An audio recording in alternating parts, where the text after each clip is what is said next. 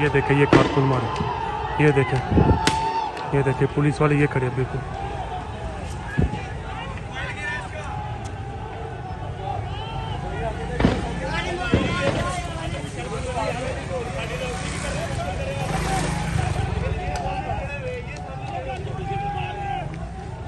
ये देखे ये शल कीड़ा ये वाला, ये देखे ये पुलिस इस दीवार के पीछे है। फेंका इधर, ये देखे शेल फेंका है। शेलिंग दोबारा शुरू हो गई है रात 3 बजे।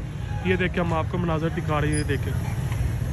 ये देखे ये फाटक है और बंदपुरे वाला धर्मपुरे वाला ये आप देख रहे हैं। ये शेलिंग आपको धुआं नज़र आ रही है, तो बेसिकली धुआं नहीं है, ये शेलिंग। और आप देखिए कितना अंधेरा है। ये कारकुन सड़कों पर ही हम बिल्कुल माल रोड में जूम करता हूँ।